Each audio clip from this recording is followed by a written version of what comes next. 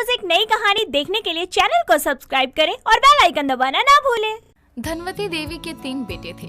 तीनों ही बड़े सुशील और अपनी माँ के आज्ञाकारी थे। धनवती के पड़ोस में ही किराए के घर में क्यूटी नाम की एक लड़की रहा करती थी, जिसे धनवती के बेटों में बड़ी दिलचस्पी रहा करती थी। वो हमेशा उन्हें देखने के लिए किसी न किसी बहाने से धनवती के घर चली जाया करती थी। ऐसे ही एक रोज पकोड़े हाथ में लेकर क्यूटी धनवती के घर पहुंच जाती है। नमस्ते आंटी, तबीयत तो ठीक है ना आपकी? हाँ क्यूटी बेटा, मैं तो भली चंगी हूँ। ये क्या लेकर आई है? पकोड़े बनाए हैं तूने? हाँ आंटी जी, इसलिए सोचा आपको भी दे आऊं, लीजिए ना। तभी वहाँ धनवती का दूसरा बेटा विनय आता है और पकोड़े देखकर खाने लगता है। क्या पकोड़े हैं माँ? पहले बनाती ना, अभी तो मुझे कहीं निकलना है। अरे मैंने नहीं, क्यूटी ने बनाए हैं। अरे वाह, तुम्हें ये सब काम भी आते हैं? मुझे तो लगा सिर्फ 36 तरह का मुंह बनाकर सेल्फी लेना आता है। तुम ना बहुत बेकार हो विनय, लाओ मत खाओ पकोड़े, दो इधर। अरे मजाक कर रहा हूँ। अच्छा माँ, मैं चलता हूँ। तभी विनय प्लेट से 2-4 पकोड़े उठाकर बाहर चला जाता है। तभी क्यूटी उसे प्यार से देखते हुए मन में कहती है, हाय, बस ऐसा ही गबरू जवान मुझे ब्याह कर ले जाए।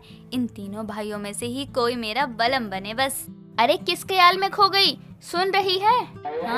हाँ, कहीं नहीं, बस ऐसे ही। अच्छा आंटी, चलती हूँ अब। हाँ जा, कितनी प्यारी है तू। भगवान तुझे अच्छा पति और उससे भी अच्छा ससुराल दे। पति का तो नहीं पता, लेकिन ससुराल मैंने सेलेक्ट कर लिया है। बस भगवान इस घर के तीनों बेटों में से किसी की पत्नी बनाकर मेरा गृह प्रवेश करवा दे। कुछ देर में क्यूटी वहाँ से चली जाती है। क्यूटी का दिल धनवंती के तीनों बेटों पर डोला हुआ था, लेकिन धनवती या उसके तीनों बेटे ही इस बात से अनजान थे। समय बीतता है और क्यूटी को कुछ समय के लिए दूसरे शहर किसी काम से जाना पड़ता है। जब वो लौटती है तो उसे पता चलता है कि धनवती के तीनों बेटों की शादी हो चुकी है। ये सुनकर उसका दिमाग घूम जाता है और वो खुद से कहती है, शादी तो उन तीनों की हुई, लेकिन बैंड तो मेरा बच गया ना। जरा जाकर तो देखूं मेरे राजकुमारों के पल्ले कौन सी 3 चुड़ैल पड़ी हैं। इतना कहकर वो धनवती के घर पहुंचती है, जहां धनवती की तीनों बहुएं साफ सफाई कर रही थी और धनवती बैठकर टीवी देख रही थी। तभी क्यूटी धनवती को आवाज लगाकर कहती है, अरे क्या बात है आंटी जी, आपने अपने घर में एक नहीं 3 नौकरानी रख ली। नौकरानी नहीं, बहुरानी है हम इस घर की। अच्छा, फिर मेरे सुनने में ही गड़बड़ हो गई होगी। क्या आंटी, मैं कुछ दिनों के लिए गायब क्या हुई? आप तो घर में बहू ले आई, वो भी एक साथ 3। उसकी ये बातें धनवती की तीनों बहुएं सुन रही थी।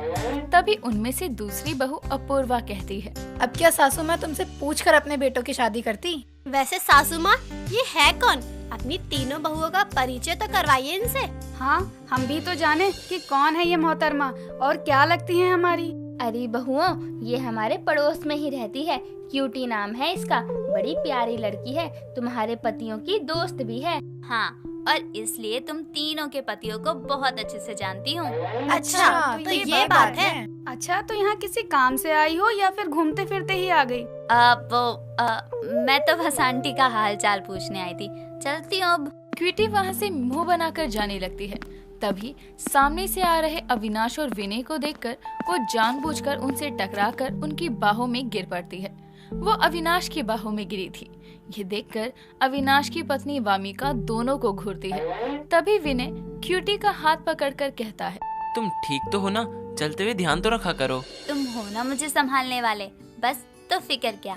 थैंक यू अविनाश, मुझे गिरने से बचाने के लिए। चलती हूँ अब। क्यूटी वहाँ से मुस्कुराकर चली जाती है और अपने घर जाकर खुद से कहती है, नहीं, मैं हार नहीं मानने वाली। शादी हो गई तो क्या, मैं ऐसी चाल चलूंगी कि एक ना एक की पत्नी तो खुद ही मेरे इस घर की बहू बनने का रास्ता खाली कर देगी। क्यूटी भी अब अपने इरादे की पक्की थी। तो वहीं धनवंती की तीनों बहुओं को क्यूटी कुछ अटपटी नजर आती है, तो वो रसोई में काम करते हुए आपस में कहती है, भाभी, ये क्यूटी पड़ोसन कुछ अजीब नहीं है? क्यों? उसने हमें बहुरानी की जगह नौकरानी समझ लिया इसलिए?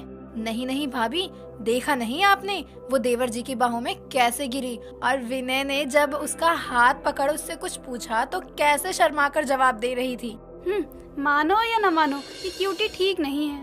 ओहो, सासू माँ ने कहा था कि वो हमारी पतियों की दोस्त है, वो भी काफी समय से। फिर भी तुम दोनों शक कर रही हो? दोस्त नहीं, बल्कि हमारी सौतन वाले हाव भाव दिख रहे हैं उसके। और भाभी आप भूल रही हो कि लड़का लड़की कभी दोस्त नहीं होते और एक लड़की तीनों की दोस्त हो। बिल्कुल भी नहीं। तुम दोनों काम पर ध्यान दो, फालतू बातें छोड़ो। शालिनी क्यूटी के बारे में ऐसा नहीं सोचती। समय बीतता है। अब क्यूटी समय समय पर तीनों भाइयों में से किसी न किसी से बातचीत करती रहती। जैसे कभी सुबह कहीं जाने के लिए किसी बहाने शालिनी के पति आरव से लिफ्ट मांग लिया करती, तो कभी गली में टहल रहे अविनाश को जबरदस्ती बाजार ले जाया करती, तो कभी घर किसी बहाने से आकर विनय के साथ शतरंज खेलने बैठ जाया करती। उसकी ये सब बातें धनवंती की बहू की आंखों में खटकती थी।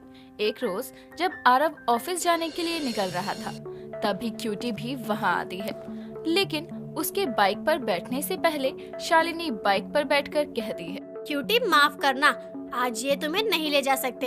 ऐसा करो, नुक्कड़ पर जाकर रिक्शा कर लो। चलिए जी। तभी दोनों वहाँ से चले जाते हैं। शाम को अविनाश ऑफिस से लौटता है तो क्यूटी उससे बातें करने लगती है। ये देखकर वामिका उसे आवाज लगाती है, अविनाश, अरे गली में क्या पंचायत लगा रहे हो?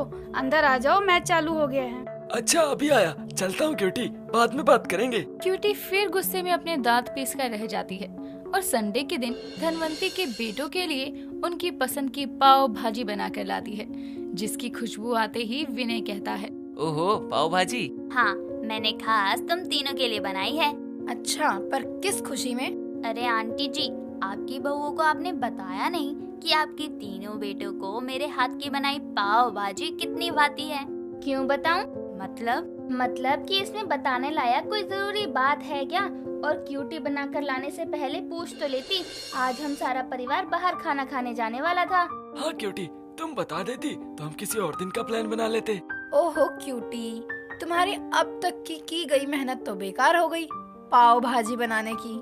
हाँ, और वैसे भी तुम्हारे ये दोस्त हम कुंवारे नहीं हैं जो तुम्हारी पाव भाजी के भरोसे रहे। बीवी आ गई है इनकी, तो अब दोस्त हुए पराए, दुश्मन हुआ जमाना। इसलिए बेटा क्यूटी, कम करो हमारे यहाँ आना जाना।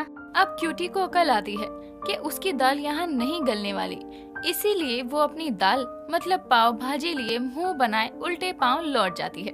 तभी धनवती कहती है, बड़ी आई मेरी 3 बहुओं की सौतन बनने। सासू माँ आप तो कमाल हो, एक बार में ही सौतन बनने वाली हरकत करने वाले को घर से रवाना कर दिया। हाँ सासू माँ। हाँ, क्योंकि इसकी हरकतें मेरी नजर में खटक रही थी और ऊपर से ये 3 कलयुगी नालायक भी उससे हंसकर बातें किया करते थे। कान खोलकर सुन लो तीनों, इस क्यूटी का पता तो साफ कर दिया मैंने, लेकिन भविष्य में ऐसी किसी और को भी मैं अपनी बहुओं की सौतन नहीं बनने दूंगी। तभी धनवती की तीनों बहुएं जोर जोर से हंसने लगती है।